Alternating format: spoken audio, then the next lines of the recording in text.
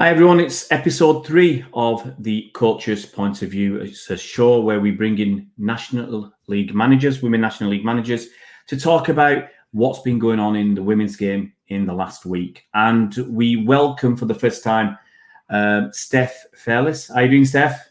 I'm good, thanks. You? I'm all right. Steph is the Borough Women Manager. And you got a bit of good news today, Steph.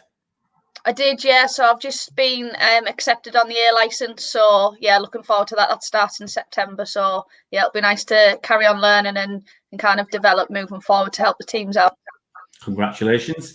Thank you. No problem. We've also got Rob Mitchell, who's the Brighouse Town Manager. How you doing, Rob? I'm good, thank you. Are you? I'm all right, mate. I'm all right. And we've got Louis. Hi, Ray. You okay? Is Albion Women's Manager. A head coach, do you call it, Louis? Yeah, all right. Are you head coach or manager? Yeah. Head coach, right? There's always one who has. Yeah, mate. There's always one who has to be a bit different with the terminology. Is head coach above manager? Is it better than manager? I don't know. My solely focus is on the first team, so I just focus on that really. Cool. Guys, if anybody does come on whilst we're filming this live, you can ask us questions and make your comments as well. We're going to get straight into it. We're going to start with the only victor of the three of you. Sorry, guys. There's some good news and bad news here, but we're going to start with the FA Cup third round. So we'll start with Steph, and you won 4-0. How good was that? Yeah, it was a great result, to be fair. I think it's been difficult for all teams coming back with such a long break and kind of having a couple of sessions before the FA Cup game. So, the games have been difficult, but yeah, our girls have done well the last 2 rounds, and having a 4-0 win on Sunday was brilliant. So, yeah, really pleased with that. Obviously, setting us up nicely for the weekend. We'll talk about who you're playing at the weekend in a little bit. I'll bring in Rob because this is the game I watched. Huddersfield Town versus Brighouse.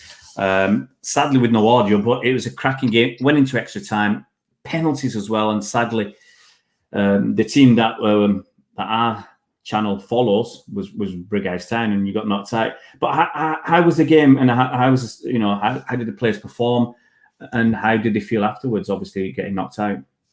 I know they were quality. They were really good, and I look at it is we played 120 minutes the week before as well, so to play another 120 minutes after 4 months against the team that was top of the division above, when we went, when it got null and void, was quite an achievement. But then I look back and I think, we've hit the post, then we've hit the bar later on. I know they've hit the post as well, but we've had chances. They've had chances. On another day we could have snuck through.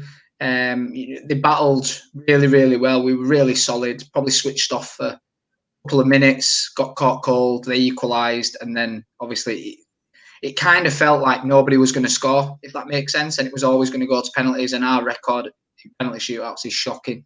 Doesn't matter how often you practice them in training, when it comes to the real thing, it's one of them. I don't know what it is, we're just shocking at penalties, and I mean, it says a lot when our goalkeeper steps up to take the first one, and she scored, to be fair, but no, I just think we've got a little bit of a hoodoo, shall we say, with penalties. But no, really pleased with the players and the performance. And there was, although the girls were disappointed, I think they could come away from that game with their heads held high and know that, obviously, again, we've been able to compete with a good side from the division above. Yeah, and the good thing was there was hundreds of people watching that on the live stream at the time, so it was cracking. It's just a shame we didn't get the audio, but I think Huddersfield saw that out for the next time. I'm bringing Louis. Everybody else was in a game. Looking on paper, you got a bit of a beating, but 4-1 was against Derby. But how did the game go for you, and how did your team play?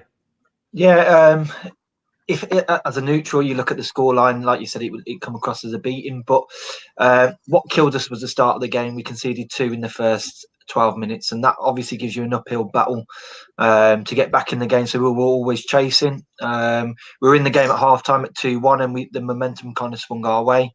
We started the second half really brightly, and then just mistakes. That was kind of our downfall this week, was really mistakes against the opposition, and an opposition like Derby, who for me, if the season had carried on, they would have been really challenging near the top in our league. I think Sam's done a great job, put together a really strong squad. So yeah, on the day they were better than us. But yeah, it's harsh scoreline definitely to take. Yeah, I mean, I saw that 2-0 scoreline coming through while I was watching the game, and I thought I can't send you a message. I'll say anything. After the game, I was hoping. I always hope that the managers come on and then they obviously win the FA Cup ties that they've got coming up, and then we can have them on again, and everybody's happy and joyous to come on. I want to move on to something that's still the women's game. It's internationals. I want to talk briefly about Northern Ireland, who this week showed the power of the underdog and the power of positive thinking. They were 49th in the FIFA rankings, and they beat Ukraine over 2 legs. They beat him at home and away. And Ukraine, I think, 24th or 25th in the world it's playoff. And it just want to show that, with the power of positive thinking, the manager Kenny Shields and the grit and determination of the players, anything is possible. And I'll go to Rob first. It shows as well with your team playing against Huddersfield, they're a division above, top of the division above. It just shows that sometimes your players aren't that far away from that level. I think it helps as well knowing that you've got nothing to lose almost, and playing without any pressure, and you can go into that game with, although you expect or the players expect, nobody else kind of expects. So you kind of get a little bit of a siege mentality where you say to the players that, nobody outside this group expects you to get a result. You can kind of relax, play without fear, but don't leave anything on the pitch and just give it your all and see where that takes you. But I'm same as any other team. You've obviously got quality, and you've got to try and do your homework and stop the other team from being a threat, and also try and get your strengths out in the game as well. But we've been an underdog quite a few times now, and we love it. We thrive off it, and I think a lot of teams do. But for me, I think Northern Ireland, absolutely fantastic that they've gone through when the way they performed was exceptional. But I don't think it was never in doubt. I think they could always do it, and it just goes to show that if you focus and you set your team up efficiently, and you all work really hard and all pull in the right direction, you can get results. Yeah, I'll bring in Steph here. I want to ask her on that point. How do you get it through to your players if you're playing a team from a division above, let's say, or a stronger team in your own division? How do you get that belief into your players? I think, like Rob said, I think sometimes when you're the underdog in the game, it kind of eases the pressure a little bit. The team we played on Sunday in the FA Cup were the league below us, and I think that attitudes have to be right in games like that, because if players are going into the games thinking, oh, well, the league below, we're going to beat them, I think that's a dangerous position to be in, and it offers the players start making mistakes, they get a bit complacent with what they do. So I think when you are the underdog, which on Sunday we will be against Sheffield, I think you've just got that sense of you're going to go in, you've got nothing to lose, you can give your all in the game and kind of see where you're at and hope for the best. So it's definitely a different situation, but I think like you say, it's as much on attitudes as well. If you go in with a belief that you can win and the belief that you're as good as the team and the players that you're playing against, then you've got half a chance definitely. And obviously Ireland getting through it shows that they've kind of gone out there, shown what they can do, and showed the quality that they've got, and ended up with a brilliant result. Fantastic. And Louis, I mean, for you, how much does psychology, how much does the mental aspect play in a game of football? Oh, I think it's massive. I think, like Steph's mentioned, the attitude of Northern Ireland, that's really important. That's for anyone applying themselves, even if you're challenging near the top. If you don't apply yourself, your mentality right, and get the mindset right, that's definitely going to give you an uphill battle. And I think you saw the unity of them all fighting for each other as well, which is massive. So it looked like they're all pulling in the same direction. There was no clicks within the group, and they're all striving to achieve that goal. And it was quite interesting, like their best player weren't even playing, Rachel Fairless, and they showed that togetherness to really pull that result for the country and for the teammates. So massively in terms of that getting that mindset right on and off the ball, definitely. And I've got to ask you all, did you see that sending off? It's been viewed millions of times. The Ukrainian defender got sent off where the ball was put through and she was not far away from the ball, and she, instead of going for the ball, she just veered off to the right and took out the Northern Ireland forward who was coming through, who was miles away from the ball. I'm just wondering, did any of you see that? Yeah. What did you think? It goes back to what the other guys have just said, mentality. And I think she was probably tired, mentally fatigued, frustrated with the way the result was going. I think she could have got the ball. She could have probably played it back to the keeper. If the game was close or they were in front, she wouldn't have done that. I think it was just a moment of madness. She probably would have just set it back. People would have been able to play out, and you wouldn't have had this story or that sending off. But yeah, I think she was probably just frustrated. She'd had the run around all game. She probably just wanted to get one over her, thinking, well, we're out now anyway, so I might as well leave a lasting legacy on this game, so to speak. But I just reckon there was 10 minutes to go with injury time. I just thought we're going out here. I might as well, go and have an early bath. What's the point of carrying on working? So it was just one of those crazy ones that's going to be shown again and again on blooper programs like Question of Sport, what happened next or whatever. Let's move on to this week. We've had the 10th anniversary of the FA Women's Super League, and whilst there's been a lot of hoo-ha about that, they're talking about Hall of Fame and inducting people in there. Some gifts have been sent out to people, and it's looking at the best players and making montages and everything else. And I think it's great, obviously, that we've got to 10 years of the Super League, and it's been growing seemingly, especially in the last few years.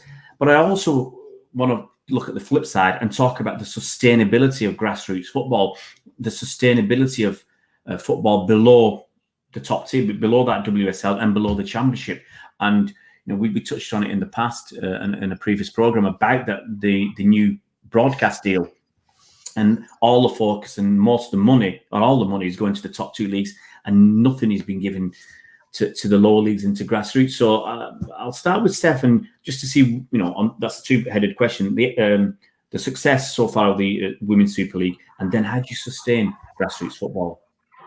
Yeah, I think the success of the Super League is brilliant. Look at, regardless of what league you're involved in. I think seeing the women's game do so well, and the advertisement, the game's been on the telly, the sponsorship and things, I think everything is brilliant for the game, and it's only taken the game in the right direction. Even look at the Lionesses team now, and they're competing with the best nations, which is a credit to kind of the league that we've got in this country. But you're right in what you say. Then the sustainability for the lower leagues becomes difficult. A lot of the money does go into the top two leagues, which we're in the league below that, and it kind of it's losing a little bit the difference between the leagues. So it's very difficult for us to be in a position, if we say we won our league and went up, it ultimately comes down to money as well, and what money you've got to kind of work with your club, pay players, different things like that, paying staff, and there's a lot of changes. And I think that the female game in general has got a long way to go to kind of have quite a few leagues with that kind of exposure and that quality. But I think the difference, and like you've said in the FA Cup games, the difference in players isn't massive. I think it just goes down to maybe facilities, how much the girls train. I know we've played a pre-season friendly against Brighouse, and it was a brilliant game, and the league's kind of hours down. It is very close, and there's some competitive games, but you just worry that kind of the gap between the Super League, the Championship, and then us down, we're going to lose out a little bit, and it's just going to get bigger and bigger. But hopefully that kind of eventually money will kind of filter down into us. I think you look at the teams that are backed by the men's club, and they're doing really well. Look at Leicester a couple of seasons ago. They were well down the leagues, and they've just shot up and obviously got promoted this season. So it can be done if it has a little bit of backing. But I think teams in our league and below still do need that support, either from a male club or from different areas, to help us grow and expand to be able to compete with them, the teams in the higher leagues, and hopefully get more promotions and build them leagues further. Yeah, I'll bring in Louis on this. I mean, how have you seen the success of the Women's Super League over the last 10 years? And then obviously moving on to the sustainability aspect. Yeah, I think it's been great that we've celebrated the 10 years, and I think you've seen the difference on the social medias around the pictures the kit sizes, everything's like, obviously we've got more fitted kit for the women, that they're not having to wear large t-shirts, medium t-shirts passed down from the men. There's more people turning up to the games. There's more visible games 10 years on. So I think the growth has been fantastic, and that's continuing to get better. Especially in terms of, and I know we've spoken on a previous show, in terms of men's clubs really backing their women's program, similar to like the Premier League in terms of them top teams. So it's really important that tier 3 isn't forgotten, and below that. Yes, we don't have the TV revenue of the new sponsorship, but we can't be forgotten, because like Steph said, if we were to get promoted, the jump then is quite big. So it's got to make sure that it's somehow being filtered down, and how that is done, it's going to be down being looked after as well, because we will in the future, whether there's more applications to make the leagues bigger, we've just got to make sure that them clubs that do get promoted will have a chance of surviving as well.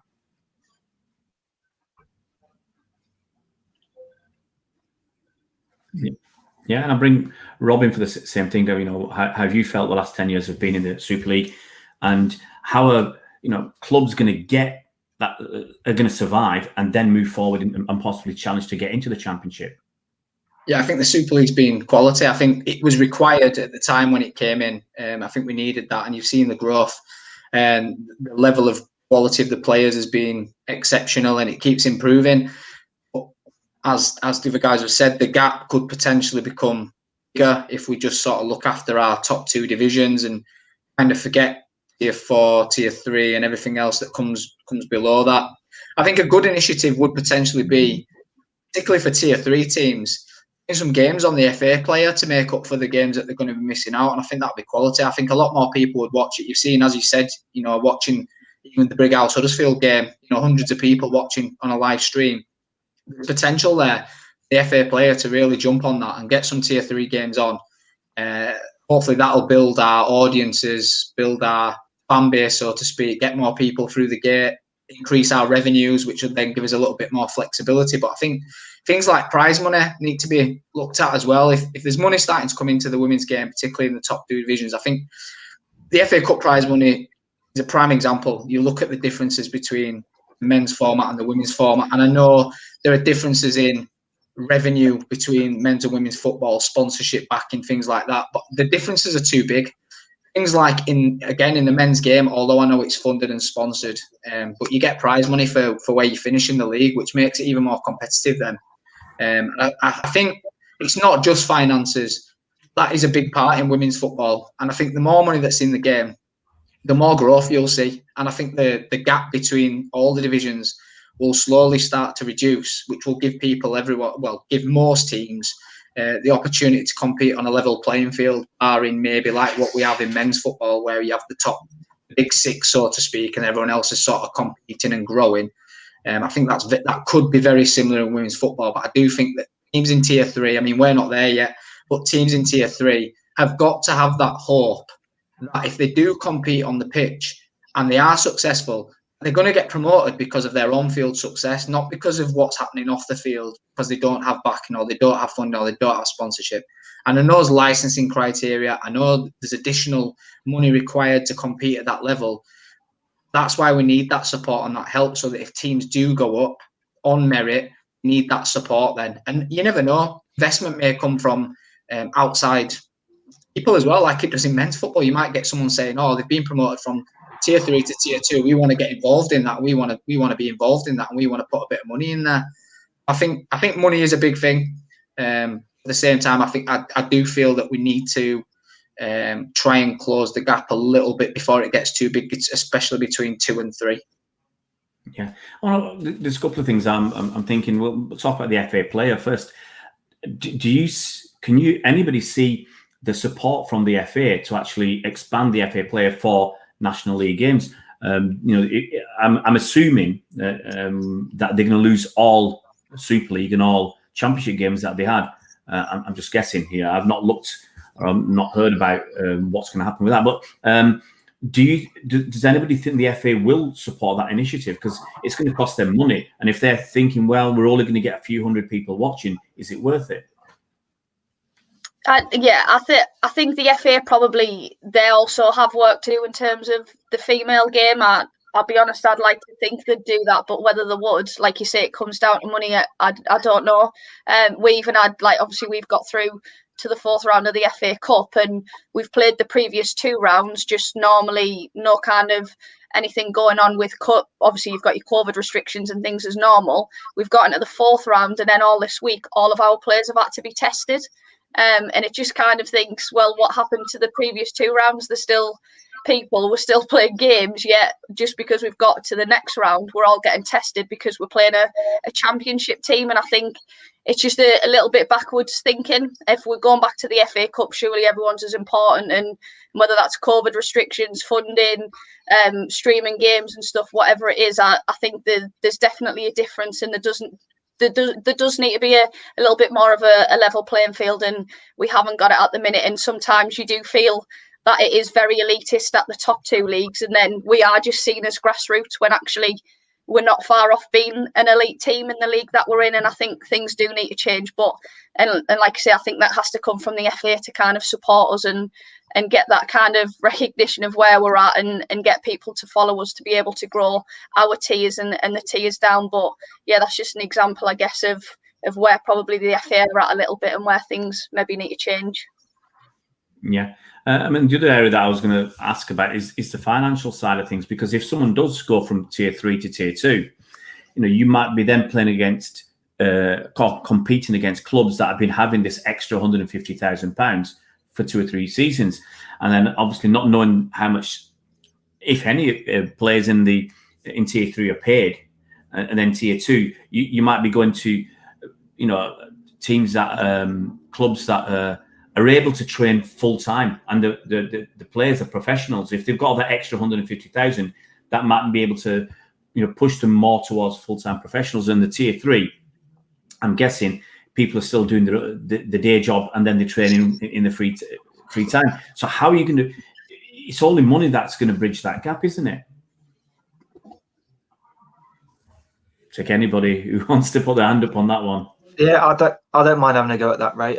In terms of, I think you've hit the nail on the head in terms of the second division, so the championship. Some teams are going full time. So if you think about Charlton, they've just brought in a new manager that's going to help them progress in terms of full time. You've got Liverpool in there. You're going to have a team dropping down from the Super League 1.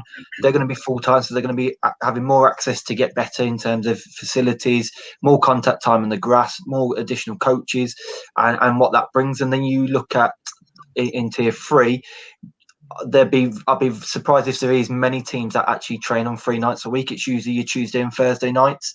So if you actually think about that, the league above us in terms of tier 3, so half them teams are now going to be full time. So again, you're competing against teams that are going to be training more resources, more access to getting better, whether that's S&C or on the pitch, where that the gap's definitely growing, and that's definitely, like you said, it's going to come down to finances.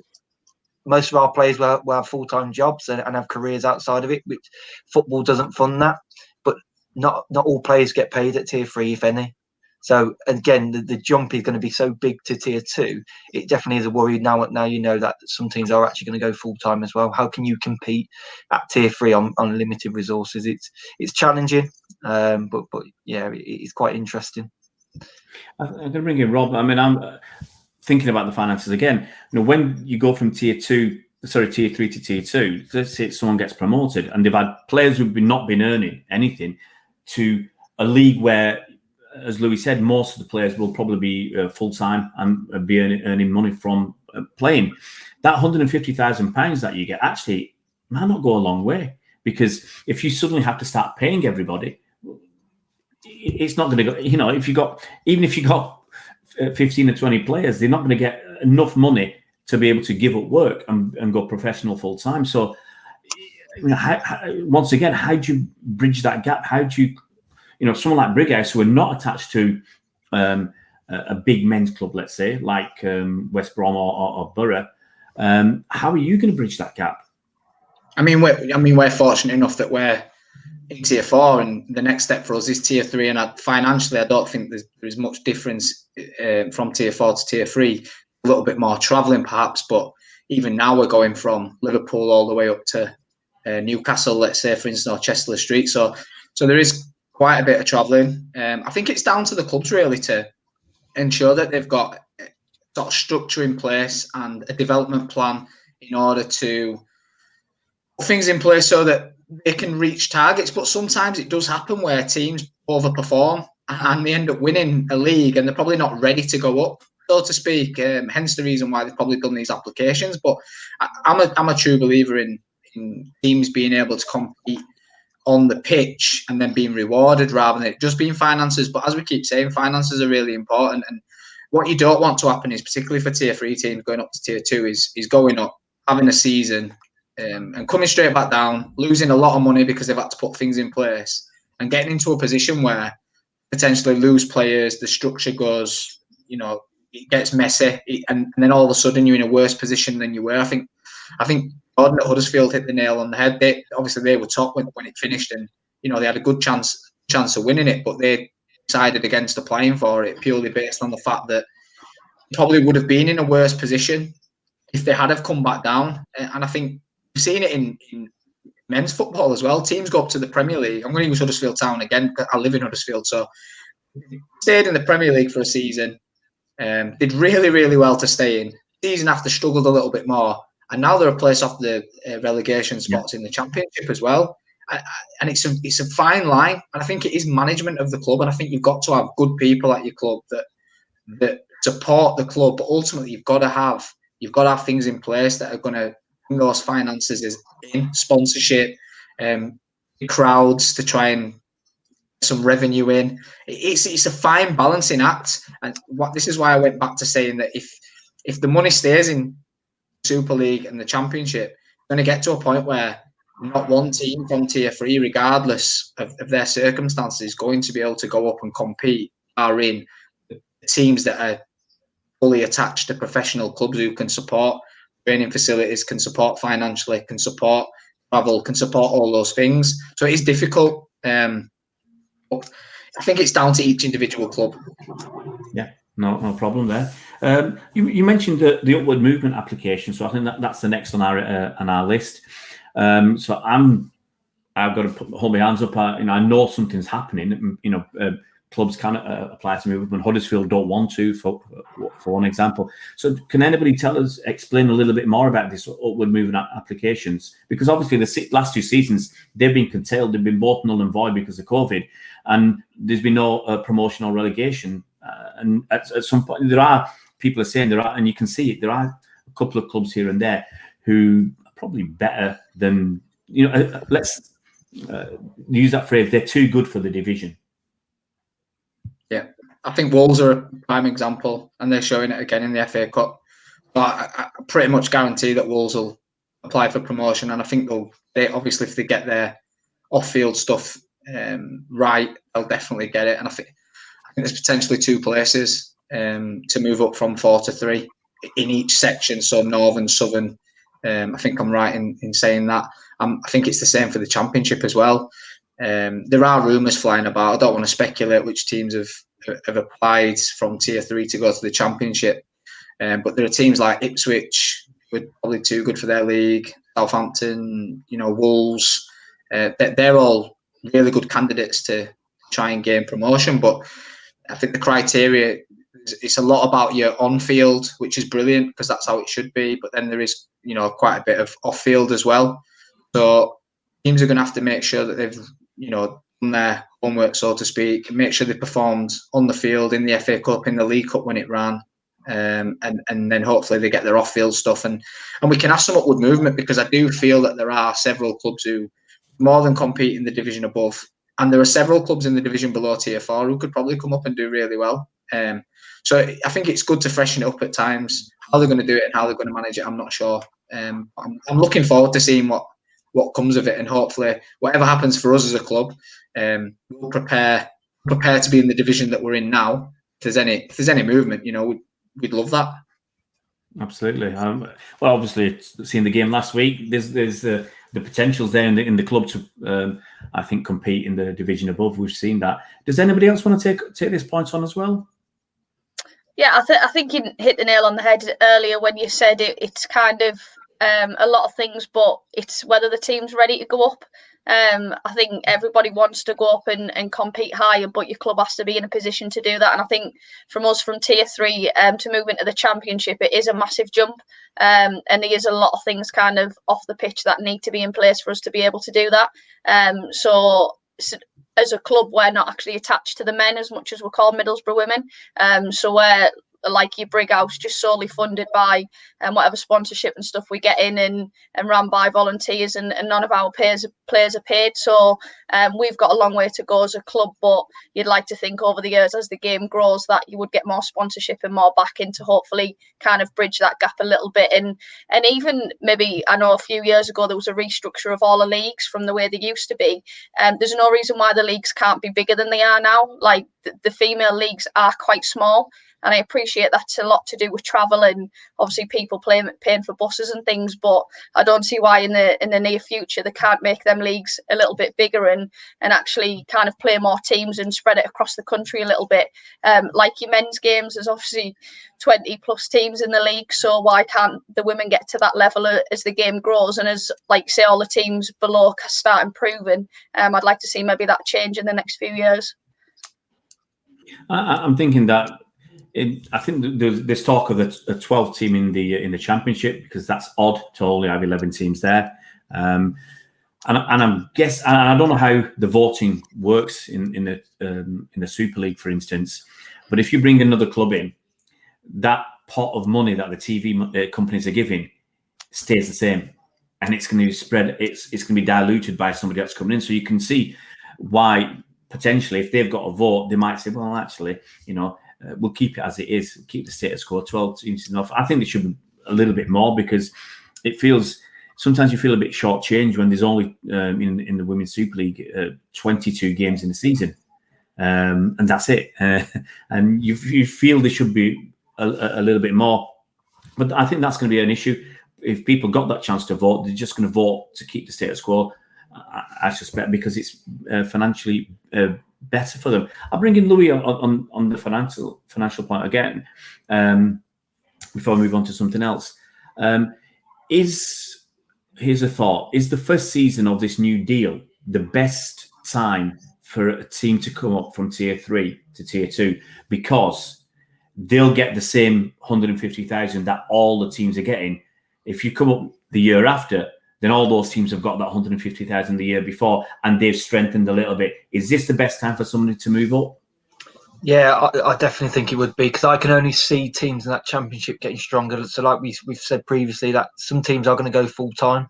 So if you imagine you wait 2-3 years, there's going to be other opportunities for more teams in that Championship to go full time. But if you get it at the right time, where you can still compete a little bit and outgrow your structure and develop your club, that will still give you an opportunity. So I think this is a perfect time for a club to get promoted, to have a little bit of the TV deal, but not be too far off before the whole of the Championship, say, become full time. I think that this will be a good opportunity to go into it. Okay, that's fine. We'll move on to the next point. It's the importance. We once again touched on these issues. The importance of sponsors in the National League, especially fans, paying fans, and volunteers, because there's so many people who contribute their time, their effort, their resources, free of charge, for the love of the game, and I think each of those areas is important. So we'll start with let's see who pops up first. We'll start with Louis. Louis pops up first. No, definitely. I think sponsorships are massively important, especially for Tier 3 and below, whether that's shirt sponsorships, whether that's player sponsorships in terms of packaging they can get. There's different types of sponsors where I'm starting to see now, like you get like shirt sponsors, short sponsors. So that 100% helps in terms of like the travel, like we've mentioned, in terms of there's a lot of travelling to maybe do, say, in the northern. We're quite southern in terms of that northern league, so every away game is going to at least be like 2 hours away if we were travelling quite high up in terms of the northern league. So every little helps. So sponsorship is massive, whether it's a couple of players sponsorships, whether it's a shirt sponsorship. So that's really important to help the club grow and be sustainable and continue to function.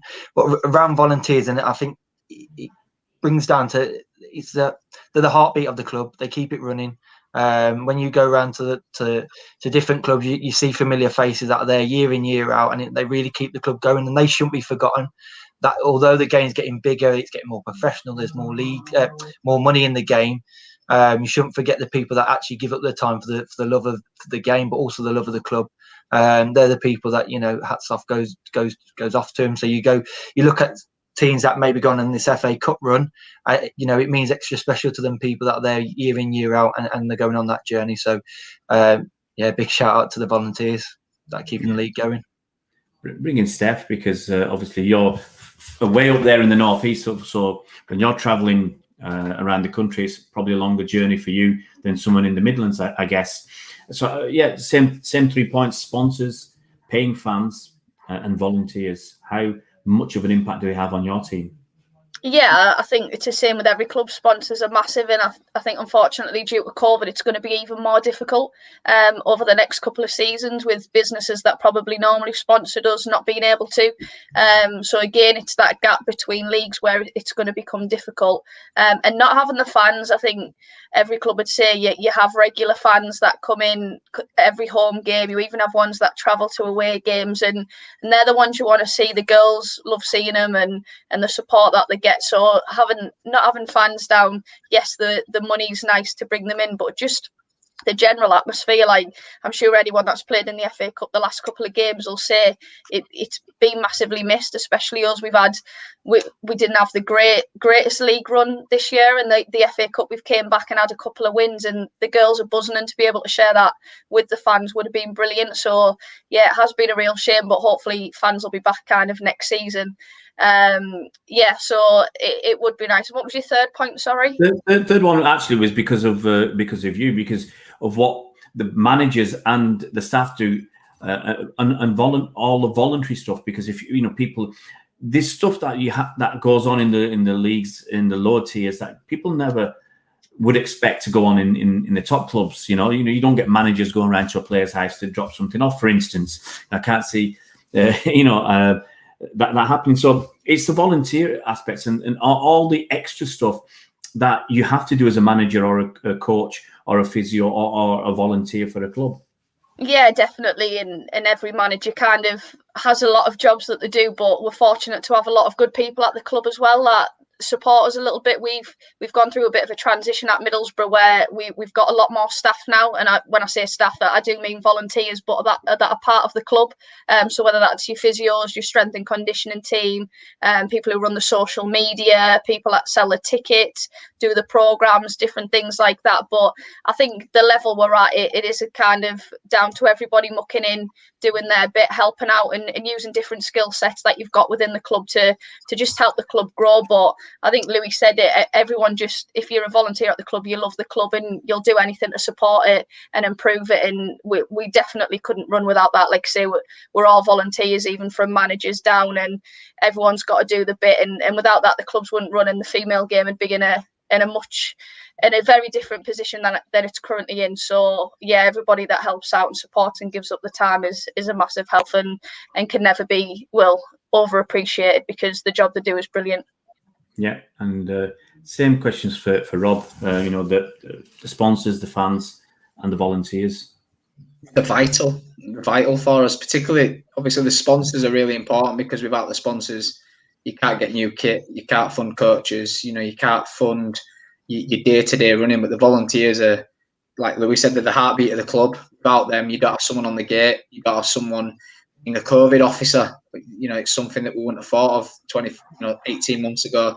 You've got people that come and do their PA announcing. You've got people who are stewards. You've got people who do the car park. It's a massive effort that people come and do because they absolutely love the club and they love being part of something. And I think one thing that we have missed, it has been that atmosphere, as Steph said. Everything, just the match day buzz of turning up and seeing people that you're used to seeing people in the crowd and actually having a crowd. I always love it when we score a goal, because we've got a really good group of supporters. And I was looking at our average the other day, and the 4 things we were allowed supporters this season, our average is 197, which is like ridiculous for a tier 4 team, and it's grown by nearly 100 from last season. whenever we score a goal and you hear the crowd, it's brilliant. Like, the girls get a buzz and the celebrations are epic. Yeah, and we've missed that. We've absolutely missed it, and we can't wait to have everyone back. And I'm sure everyone's the same. We can't wait to have those big games, those big occasions where we get big crowds in and we can perform for them and we can share the moments with them. That's the thing we've missed the most. It's just been really difficult, really hard, and I can't imagine what it's been like for loyal supporters or volunteers that weren't able to come to these few FA Cup games that we were privileged to have, sitting at home, watching it, nervous, biting the nails, whatever, not being part of it. And like Steph said, the girls have missed the people that come and watch, you know, their family and friends that come and watch as well. It's been difficult, but hopefully we can got a light at the end of the tunnel, and next season hopefully we can get them back in and we can start creating those moments and memories again. Yeah, the 197, actually, that will put some Super League clubs to shame, actually. I'm just thinking some of the top of the table, they struggle to get past 1,000 fans at games. We better go to Super League then, aren't we?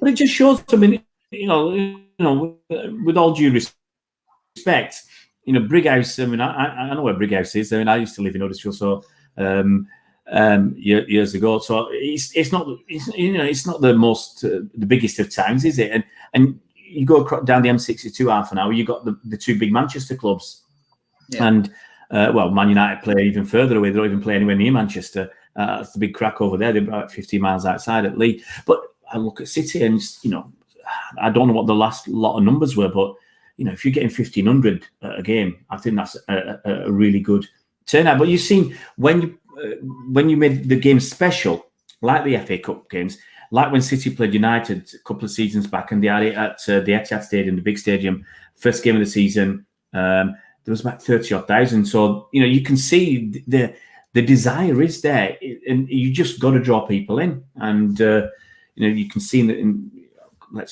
with respect to smaller clubs can do that. And so, you know, it's a shame that you've missed out on the FA Cup. I think that's such a special occasion.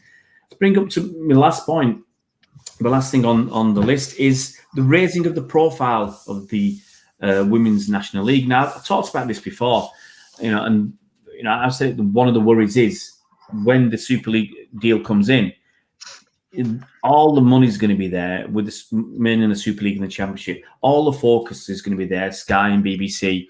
And the worry is that anything below that, anything that they do is going to be kind of a token gesture. You know, like, you know, an FA Cup run where the BBC would follow a team from the start all the way through. And so the worry is, from me and I think from other people obviously as well, is that the grassroots and the national leagues are just going to be even more, let's say, ignored by national press or national media and everybody else. So how can, it's not just the clubs, it's people that, you know, like us and any media trying to promote the women's game in the national leagues. How can they promote the national leagues so that it does stay in people's minds and they continue to develop and grow as the top leagues grow? Yeah, I think like you said, it's just general exposure. The last round we played, one of our players won a goal of the round for her goal, and that just kind of shot even our followers through the roof just by a goal trending and going around on Twitter. Our followers have gone up, and then you've got a little bit more exposure. And like you say, things like this are brilliant. Just talking about football, just sharing our stories and where our clubs are at, because I think outside looking into a lot of clubs, you could think clubs have a lot more than they actually do. So us, for example, you would assume we are attached to the male club, which we're not. So you'd assume that we're getting a load of funding, but actually we're in the same boat as everybody else, just trying to get by and get what we need for each season. So yeah, I think just general exposure and just like you say about the FA player earlier, just games being watched by people, being able to be streamed in. And I think when we are allowed fans back in the ground, that's how we promote ourselves as a club, getting fans down, watching the games, actually enjoying their experience, coming down to our home ground, seeing what it's about. And I think the majority of female clubs that you go to, it does have that family environment and that atmosphere, and people go down, everybody knows each other, everyone says hello to each other, no one's better than anybody else, and it's just that nice feeling. And I think obviously we've got an RTC with us and some junior teams and things, and just generally the next generation of players, getting them down to games, making sure they're enjoying coming down to female games, that's what's going to grow in years to come. So yeah, I think when we get fans in, I think that'll be brilliant, and hopefully boost our leagues even further. Yeah, thanks for that. So Steph, bring in Louis. Same part. How are we going to improve, or raise the profile of the National League? Yeah, I think it's what Steph said. It's around the exposure. So definitely on the social media, I think these special cup ties that are going on where teams are knocking out higher opposition, and that exposure that's generating is really good. But also the positive, although yes, it's been difficult with COVID and people can't come into the grounds, but I think the opportunity to actually live stream games, because some people might be thinking on a Sunday, I don't know if I fancy going to a women's game, or I fancy going to watch my local team, but having maybe that exposure of having the opportunity to watch it online first, and maybe build up a little bit of buzz that next time when fans are allowed in, they might want to go down, and then that would just help the revenue and help bring in some extra funding, but the exposure as well in terms of big crowds. So that's just turning obviously this negative situation into a positive. But again, exposure. I think the pressure, if you are attached with a men's club, I think there's pressure now to really take your women's team under the wing and put a bit of exposure on them. I think Wolves, to be fair to him and credit to him, I think they've done fantastic the last few weeks in terms of the exposure they've given themselves. So hopefully that's just generating more interest in the game locally and hopefully nationally as well. So it's all really just around that exposure and just making sure we're not forgotten as well. Yeah, I'm bringing Rob. Same point. Yeah, I know you're confused on this. Yeah, no, I think it is visual presence, and I think it's engaging with the local community as well, which is something we do quite actively. Like we regularly put on junior galas for girls and boys before our games, to obviously provide a free and safe environment for them to come and play football against each other and enjoy the experience. Because as Louis and Steph have said, they're the fans of tomorrow almost, and if they're aware of who you are and what you do and being involved, you never know, they're going to come back hopefully, or they're going to bring someone next time, or it's just going to grow. And I think, as I said, visual presence, and I think our league is really good at this. I think they do put on some good initiatives and events, particularly with the way that they promoted games and things in the past, with sort of like a unified sort of logo design that everyone sort of used. They get the hashtags going, "We Are National," and try and get a bit of a buzz, which is brilliant. And I think that needs to continue. And I think that the biggest challenge, one of the biggest challenges coming back from COVID is going to be trying to get that momentum back again. Because I think there was a momentum and there was a buzz, and something was growing, and it was getting bigger and bigger at our level. And then it's kind of stopped. And I think clubs have then got to take the mantle now, along with the National League, to try and get that buzz back, build that momentum again, and try and have a really, really excellent sort of 2021-22 season and build on that. And then for the future, hopefully we can create something really special. And I think something that every club can be proud of as well, because I know I'm in the dugout next to some fantastic managers now. Tactical battles that you have with them now is very, very different from 10 years ago. Very difficult. Some excellent tacticians, some excellent footballers that you come up against as well. And I just think spectators, fans, people who haven't seen the game have got to either come to a game and appreciate that, or, as Louis said, watch a game online, because you know what, it's not everyone's cup of tea, and that's absolutely fine. It doesn't have to be. I don't particularly like cricket. I just don't watch it. It's one of those things. But if you've got an interest in football and you've got a local club, go and watch it. Go and watch a game. Take in the environment, the experience, because I tell you what, it's very similar to non-league, where there is that buzz, there is that atmosphere there. You can become part of something, and you'll end up going to a game one day. You'll really enjoy it, and you'll end up being a volunteer. I guarantee you that. Will be honest to try and get you in. Well, I've got to say, I mean, something I've said many times. My lads, 12 and 13 years old, I mean, they prefer to go to women's games. Just because the atmosphere is totally different. pre-COVID, the players were so much more accessible, and they enjoyed it so much more. And just getting around the ground, it's so much easier. Queuing up for food, it's so much quicker generally. And just in overall enjoyment value is great, and it costs so much less. Not that they're paying from their own pockets, mind. They're still getting it from me, but I think and it's something that I've been going for a couple of years. I think my first game was maybe 2 or 3 years ago at Man City, and I've been going as much as I can. I think one of the other things is I mean, if I'm looking at the Super League side of things, is when they put on games. With the Women's League, it's much quicker for them to change the time of a game at the drop of a hat. And one of the other problems was actually putting on men's and women's games at the same time. And that's something the FA, I assume, have to sort out at the top level, because there are so many fans who want to go to the men's and women's and just can't do it if they're at other end of the country on the same day or on a weekend.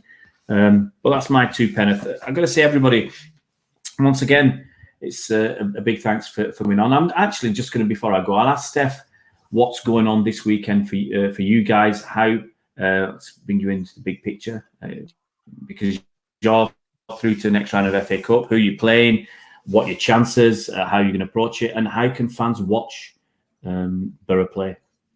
Yeah, so we've got Sheffield, which will be an interesting game because obviously they're in the Championship. I think if we were in a normal situation, we probably would have been in a better position, but we've got to kind of remember Sheffield haven't stopped playing throughout COVID. So where we've had the 3 months off, and then it's been quite intense coming back into training, and the FA Cup games have been week after week, which have been brilliant.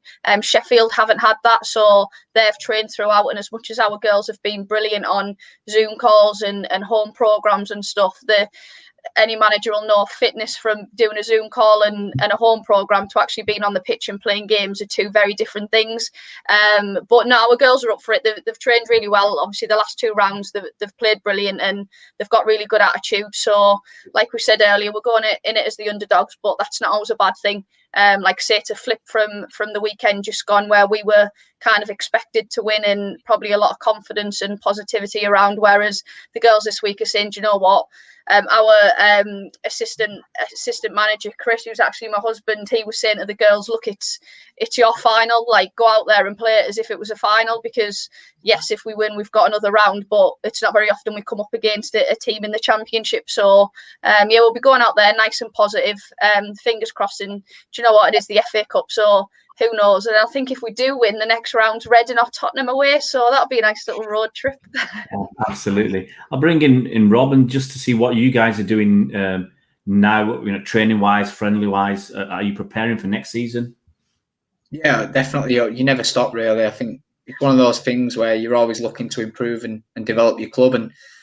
And obviously, first of all, I just want to say good luck to Steph, because I know how it feels to be playing against a Championship stroke Super League team, and it's a brilliant occasion, but you've got to go in and believe that you can get a result as well. Otherwise, there's no point in playing, and I'm sure you will. I'm sure you'll give it your all. But I think for us now, so we trained Wednesday, but we've given them the weekend off. I know we've missed a lot of football, but I think just after having 2 120-minute games, we just felt it was the right thing to do, to just give them the weekend off for them to just relax and chill out. And then what we'll do is we'll train twice next week. We've got a friendly against Bradford, and then the week after we've got Sheffield United devs or something. So we've got a little bit of a programme in place up to sort of the end of May, and then we'll hopefully give them June off, and then we'll just start pre-season probably the end of June, and then whenever the league season starts, we'll go from there. But in terms of recruitment and things, I'm quietly confident that we can retain the players that we've got and give it a good go next season. We're not looking to bring in too many, maybe a couple, but we're happy with what we've got, coaching wise and player wise, so we can hit the ground running, so to speak. Yeah, fantastic. And Louis, bring you in as well, mate. Are you playing a game this weekend? Yeah, again, just first of all, just good luck, Steph, and all Middlesbrough really flying the flag for the Northern League. So good luck in your game.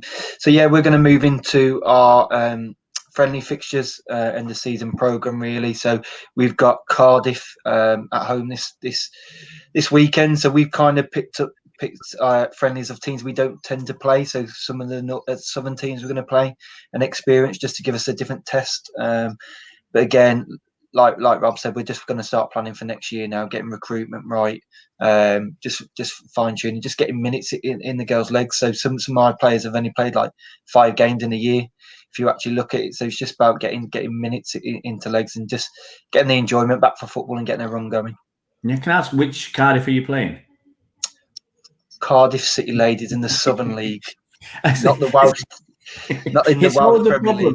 It's always a problem at trying to contact clubs and making sure you got the right club, because there's 2 Cardiffs, there's at least 2 Southamptons. I sent a message to the manager of Chichester earlier in the week, and he said, "No, you want Chichester and Selsey." Because, we used to be, but now we're only Chichester. And actually, that's led to we're going to do a story on their club, because how they formed and survived their first season in COVID. And I think there is a club called Selsey as well. So it is a bit complicated. And I'll just bring everybody back and say, Stevie says, looking forward to seeing what Brighouse Town do next season. So you've already got a little bit of a fan base starting. That's new, because I'll try and come along hopefully next season as well. I don't be too far away.